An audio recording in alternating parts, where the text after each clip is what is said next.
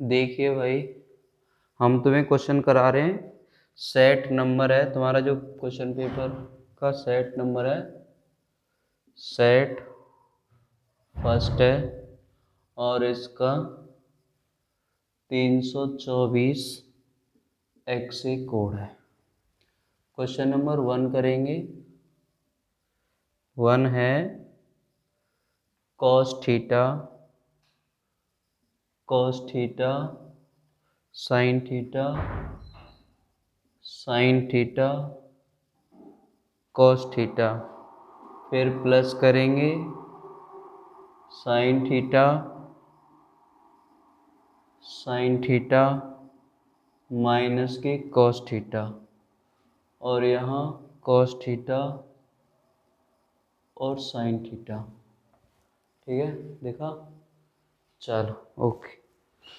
देखो, अब हम मल्टीप्लाई करेंगे, cos का cos में करेंगे तो cos स्क्वायर थीटा, cos का sin में करेंगे, यहाँ दूर लिखें, चलो इसका इसके नीचे करते हैं, sin थीटा cos थीटा, फिर माइनस के sin theta cos theta, cos square theta, plus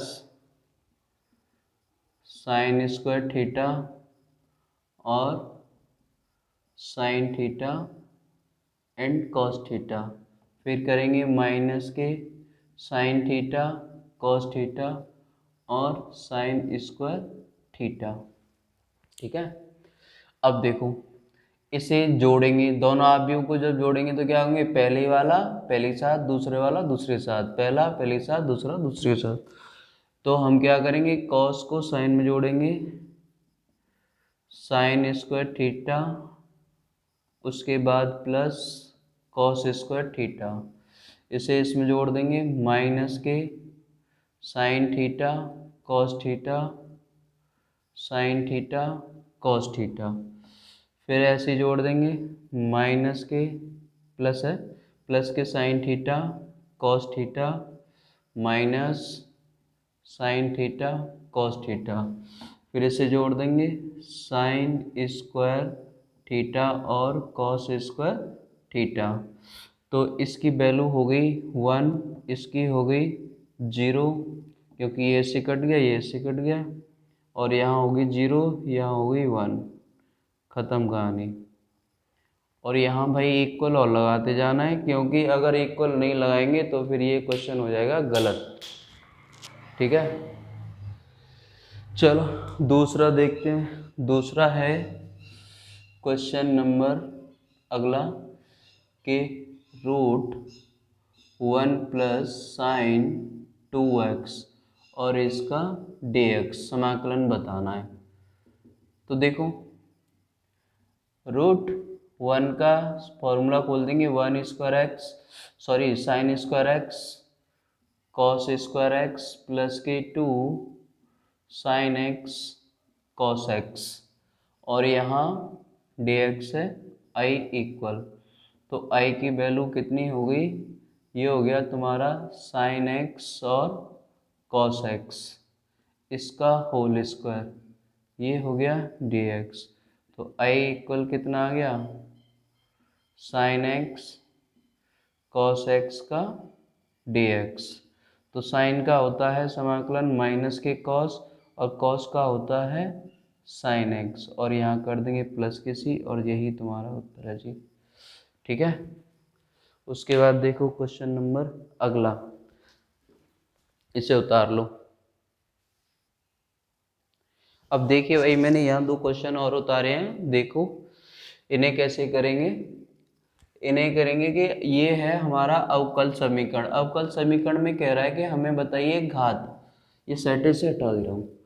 अवकल समीकरण के हमें क्या बतानी है, घात बतानी है। अब देखो यहाँ इसके ऊपर कर्णीय घात 4 है, तो हमें क्या करना है, 4 बार करेंगे इसके ऊपर। जैसे हम एक बार बोलते हैं, एक बार वर्ग करने पर, क्यू करने पर, अब हम करेंगे फोर्थ, तो फोर्थ घात है तो फोर्थ बार स्क्वायर करेंगे, इसके ऊपर जितनी भी हम वर्ग है वो फोर्थ बार करेंगे। देखो जैसे मैंने बताया जैसे अगर रूट एक्स है, रूट एक्स बराबर 3 दिया है, तो मैं यहाँ क्या करूँगा, वर्ग।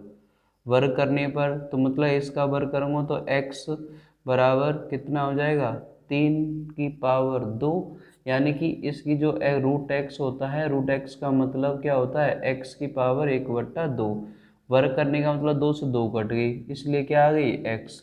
ऐसे ही यहाँ है। अब मेरे पास यहाँ क्या दिया है, यहाँ दिया है, ऐसे में मान के चलूँ ये 4 है, तो मैं क्या करूँगा, 4 घात करूँगा, तो x की इसका मतलब 1/4। अगर मैं 4 कर दूँ तो 3 की पावर 4, 4 से 4 कट गई, x की वैल्यू 3 की पावर कितनी आ गई, 4 आ गई। ये काम मुझे करना है, ठीक है। अब सुनो और देखो इसे, कि ये है मेरा डी स्क्वायर तो यहाँ इसकी मैं कर दूंगा डी स्क्वायर/4 घात कर दूंगा स्क्वायर, और इसकी पावर कर दूंगा 4। पावर 4 करने पर क्या होगा, x plus D Y upon D X का होल स्क्वायर। अब देखो, अब हम घात कैसे बताएंगे, जिसका अवकलन जहां ज्यादा हो। देखो यहाँ कितनी बार हो रहा है अवकलन, 2 बार, और यहाँ अवकलन कितनी है, 1 बार। तो ज्यादा अवकलन होता है बस वही उसकी पावर होती है, ज्यादा अवकलन की जितनी पावर हो वही उसकी घात है। तो इसकी घात कितनी हो गई, घात हो गई 4। अगर कोटि की बात करता तो जितनी बार अवकलन होता है अधिक से अधिक, बस वही कोटि होती है, तो कोटि भी यही होगी कितनी, 2। ठीक है। अब सुनो, यहाँ कह रहा है यदि सदिश 5i-k लैम्डा j प्लस के 2k और 2i-k 3j, 2i-k 3j और प्लस के 2k, 2i-k 3j प्लस के 2k और 2i plus 3j plus 4k एक दूसरे पर लंब है। तो लंब की कंडीशन क्या होती है, लंब की कंडीशन होती है a वेक्टर डॉट बी बराबर होता है 0। ठीक है, ए डॉट बी बराबर 0। तो यहाँ ए की वैल्यू दी है हमारे पास, मैं लिख लेता हूँ कि ए वेक्टर बराबर दिया है 5i लैम्डा जे और 2k, और बी वेक्टर दिया है 2i 3j और 4k। ठीक है, दोनों का हम क्या करेंगे, मल्टीप्लाई, यानी कि, और तुम्हें एक और बात बताऊं, आई का आई के साथ मल्टीप्लाई करेंगे तो आएगा 1, जे के साथ करेंगे तो भी 1, के के साथ करते हैं 1। ठीक है, तो यहाँ हम करेंगे 5i लैम्डा जे प्लस 2k और डॉट प्रोडक्ट करेंगे यहाँ 2i 3j और 4k इक्वल कितना, 0। 5 दूनी 10, लैम्डा का करेंगे 3 लैम्डा, 4 दूनी 8 बराबर 0। ये हो गई 3 लैम्डा इक्वल 18, तो लैम्डा का मान आ गया 6। ठीक है, और अगला क्वेश्चन है तुम्हारा, नेक्स्ट है भाई क्वेश्चन नंबर अगला, देखो ये है साइन इनवर्स साइन 7π/4। ये है, तो इसका हमें बताना है मुख्य मान, और इस साल मेरे भाई मुख्य मान ही पूछे जाएंगे। मुख्य मान बताओ, तो हम क्या करेंगे, साइन तो है ही, फिर इस साइन को यहाँ हम खोल देंगे से 2π-k π/4। अब हम जानते हैं 360 माइनस थीटा, यानी 360 माइनस थीटा बराबर क्या होगा, 360 माइनस थीटा होता है चौथे क्वाड्रेंट में, यानी चौथे चतुर्थांश में, और वहाँ साइन होगा नेगेटिव। तो ये हो गया साइन इनवर्स और माइनस की साइन π/4। ठीक है, और एक सूत्र हम जानते हैं कि साइन इनवर्स माइनस के x बराबर होता है माइनस के साइन इनवर्स x। देख रहा है, ठीक। अब यहाँ से आगे इधर कर देता हूँ, देखो, तो ये हो गया माइनस के साइन इनवर्स और साइन π/4, तो कितना आ गया -π/4। ये फॉर्मूला है, ठीक है। बस इतना ही है। एक बार दोबारा समझो, साइन इनवर्स साइन 7π/4 का मुख्य मान, तो साइन इनवर्स साइन 2π माइनस के π/4, क्योंकि 360 में से 45 गए तो इतना गया, यानी 4 दूनी 8, 8 में से 1 गया तो 7, तो 7π/4 साइन इनवर्स माइनस के थीटा। तो हमें पता है साइन इनवर्स माइनस के एक्स बराबर माइनस के साइन इनवर्स एक्स, तो माइनस साइन इनवर्स साइन π/4। बस इतना ही है, उतारो।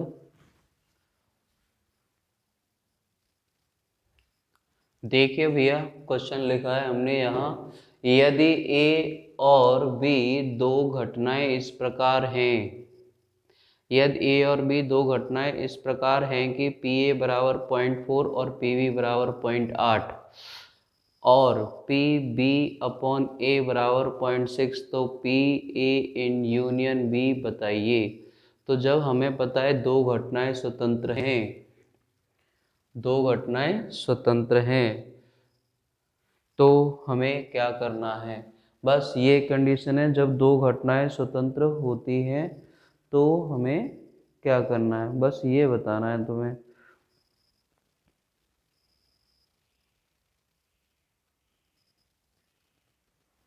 ठीक है, और हमें गिवन क्या क्या है,